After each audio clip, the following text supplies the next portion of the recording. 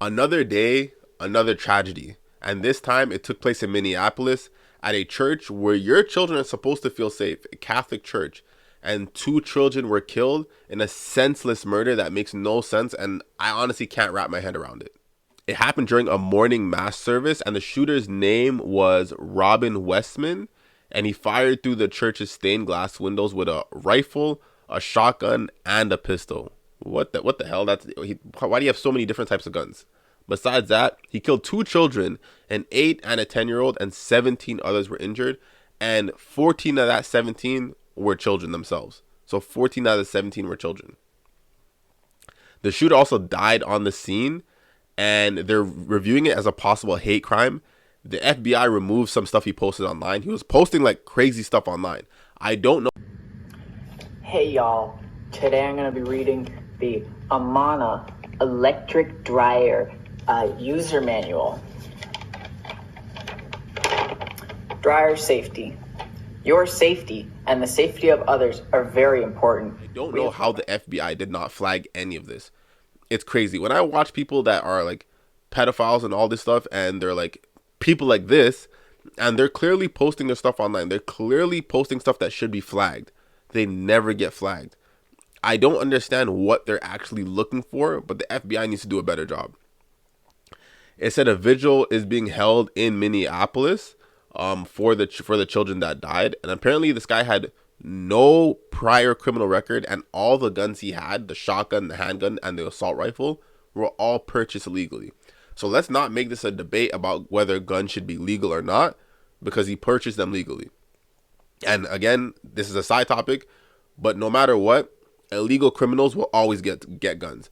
If this guy didn't have a gun, he could use this car, or he could have bought them illegally. So banning guns is never the answer. It's not going to solve anything. Just don't even say that in my comment section. But what I will say is, what steps need to be taken to make sure stuff like this doesn't happen? And is there anything that we could actually do? Because let's be real for a second. Even if guns didn't exist, guns don't exist, right? If this guy wants to kill 17 people, he could just drive into the church building. Literally just drive into it with a pickup truck. What's going to stop him from doing that? Then what, we got to ban cars? That's not a solution. I'm realizing that, and I know this is like typical to say, but this is a mental health issue.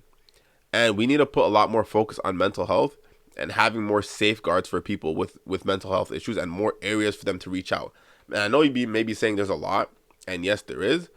But when we see that person that's awkward, that's always to themselves, like, there needs to be ways in school where teachers are like, okay, we need to point that person out, and we need to get them to therapy. We need to get them to a guidance counselor so somebody could talk to them.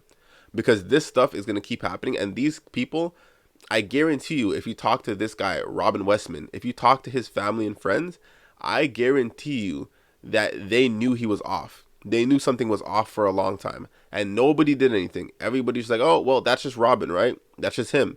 That's just him. They didn't do anything about it, though. Now, another side topic is Robin was actually trans. And I know some people may say, what does this have to do with anything? I just find it peculiar that when it's a shooting and the person is, let's say the person was a Muslim person, for example, Americans would want that pointed out. People would point out, oh, why didn't you mention that he was Muslim? This person's trans. And I understand that there's protected groups, but what you're causing is people to build resentment. Because what happens is, even as a black person, I don't want there to be a world where a black man commits a crime and then like everyone's afraid to say that the guy was black. Because then you're creating a situation where you have people that aren't allowed to be criticized, that aren't allowed to be talked about. And that's not okay. We need to mention it and look at that. Okay, he was trans. Let's actually address the fact that he was trans. Because then we could figure out how to prevent this from happening again. Because maybe he was trans and he was getting bullied. Maybe we got to figure out bully prevention tactics. Maybe there's something that he was dealing with that was building up. He was trans. He wasn't accepted by the church he was going to, and they kicked him out. And then that's why he wanted to go to a church to kill people. Maybe he was touched as a kid at a church, so he went there to go kill kids at a church. Like, we don't know. But to ignore a big factor like that of him being trans is crazy. And statistically speaking, people that are trans have the highest suicide rate. I believe it's above 70%, I think, or above 50% for sure. People that transition, I think above more than 50% of them will self unalive. That is not normal. That is not okay. That's not normal. So to act like that's not a contributing factor is crazy to me. Clearly it is. It just is. Like, you can deny it all you want, and let me know what you think in the comment section, but clearly I believe this is a contributing factor that should be mentioned. I have heard about a whole lot of hate that's being directed at our trans community. Anybody who is using this as an opportunity to villainize our trans community or any other community out there has lost their sense of common humanity. We should not be operating out of a place of hate for anyone. We should be operating from a place of love for our kids. Kids died today. This needs to be Also, he had a lot of anti-religious sentiments. And again, this is where the trans thing is important to mention. Because a lot of the stuff he was posting was anti-religious, against Christians, against like religion in general. So Christian, Jews, Muslim, Hindu, whatever. He was anti-religion. Is that related to him being trans and those things, and being trans being a sin, or being gay being a sin in those religions? Like, let's talk about it. Like, why are we hiding these things? Why are we hiding these facts?